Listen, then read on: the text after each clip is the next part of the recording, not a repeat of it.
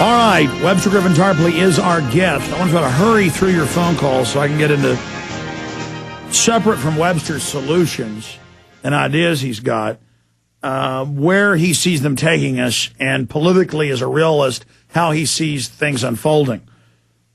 Because I agree with him. Without some type of staged crises or terror attacks, Obama is a political commodity that is losing value by the day. And you will see an acceleration. We've seen him lose, depending on the poll gauge, 20 to 30-plus points in the last 3 months. And we see an acceleration in that loss.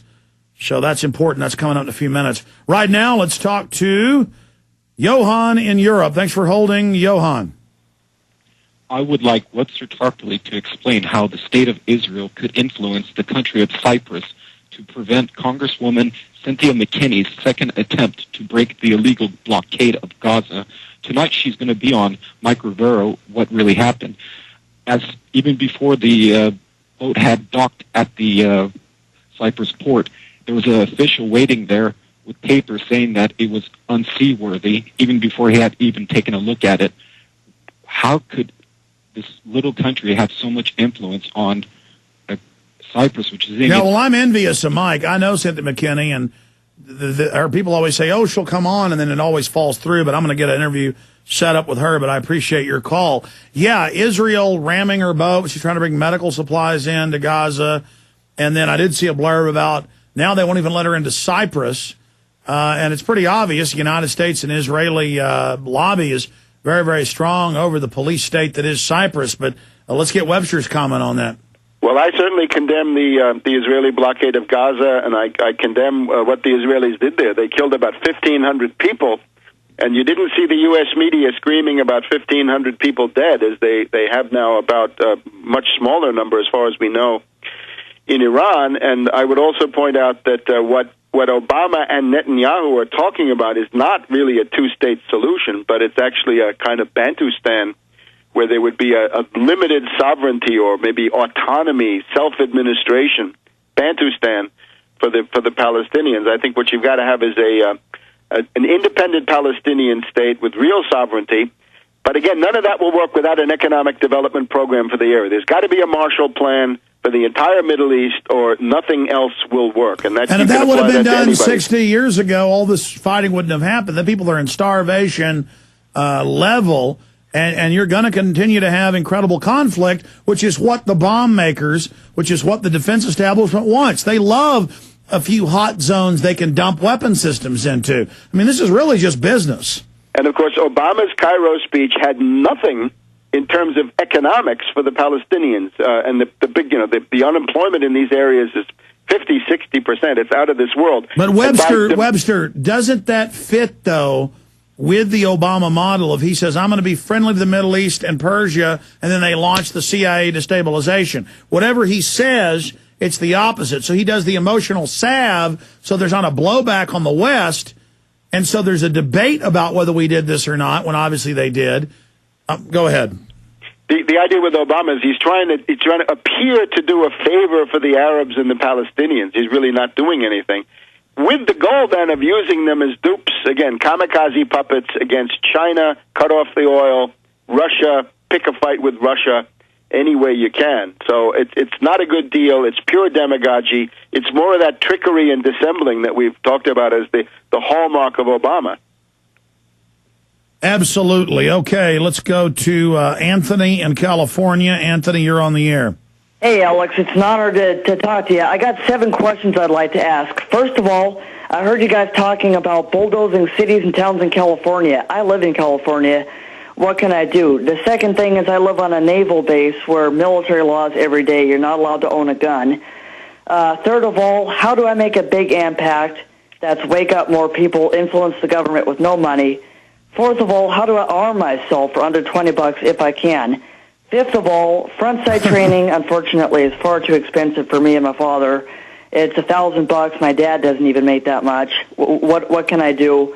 Number 6, if North Korea strikes with a nuclear weapon and it's total martial law and the police come and try to take me and my dad away, what can I do?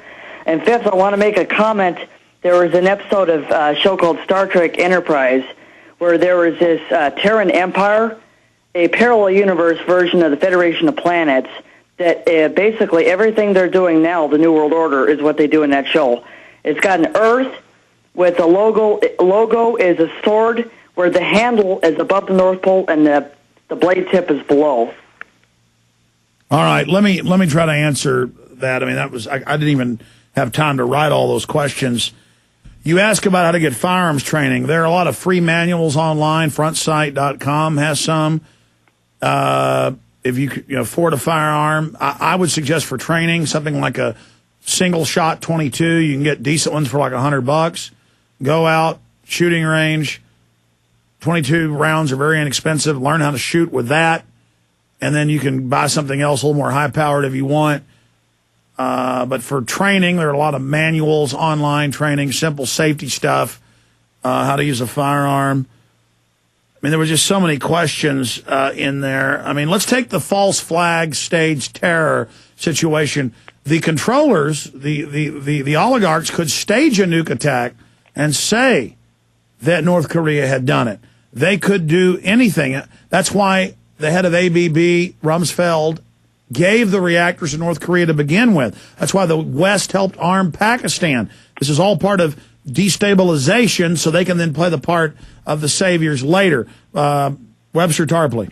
Let me just say, in the 1930s, what you see is when you get depression, really serious economic depression of the type we're going to have increasingly, if you don't solve the depression and fight the depression and defeat it and get a recovery and some kind of turn towards prosperity, then you get the fall into dictatorship, right? Germany, best example, but every place in Europe obviously went in some form of dictatorship, or just about every place. If you want to avoid that, you've got to address the economic crisis. You've got to end the economic crisis. The only way you do that is with these American system or New Deal measures. The Austrian side argues, well, we've got to let the depression play out. We've got to let it take its course, right? We can't do anything about it. It's part of a cycle, and the cycle is not controllable by us. No, we can and we must. So the Tobin tax, stop foreclosures, usury laws, and things like this, you've got to defend civilization in California through political action, and that's what I recommend. Political action. Be political, right? Whatever else you do all these other things if that's what you think is required. But the one thing you've got to have is political action, and it's got to be programmatic. And generally speaking, the problem is, as we see, is that the right-wing critique of Obama doesn't get anywhere. And you can see this because this is what Obama loves. He's always talking about Hannity and Limbaugh and all these characters. This is the opposition that he desires. He wants you to have to choose between Limbaugh and Obama. That's a terrible choice. That helps Obama to stabilize himself.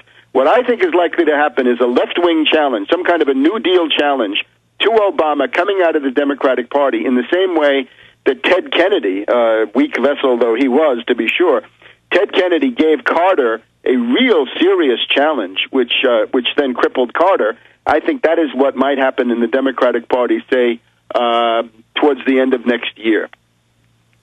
All right, let's take another phone call here. Let's talk to Annie in New York. You're on the air. Go ahead. Good afternoon. Thank you both. First, an observation, a quick one. A couple of months ago, all the mainstream media outlets were pushing Twitter, remember? I mean, it was so orchestrated. It was like when all of the corporations came out with the, boxes of goods on the store shelf in 3 languages, But now they're saying, this Twitter revolution in Iran, it makes me so sick that it's so orchestrated. Well, by the way, ma'am, that's not your opinion. The State Department and the CIA admit that they were running Twitter during this and even stopped Twitter from doing regular maintenance that might shut down Twitter for a few hours one night when this was happening. And these were artificial Twitters telling people they'd lost the election, that it had been stolen from them. It was all staged. The external polls, nothing to do with the Iranian government, showed that Ahmadinejad was the winner. And this was a way to then get these youth, swarming adolescent masses, as Webster rightly calls them, to go out. And then suddenly our government's all for revolution while it puts out Department of Homeland Security reports saying protesting is illegal. Webster, have you seen these documents where they're saying the Army's being taught all protest is illegal and they're going to be shutting it down? I mean, they're certainly getting ready for martial law, but I don't see them getting away with it.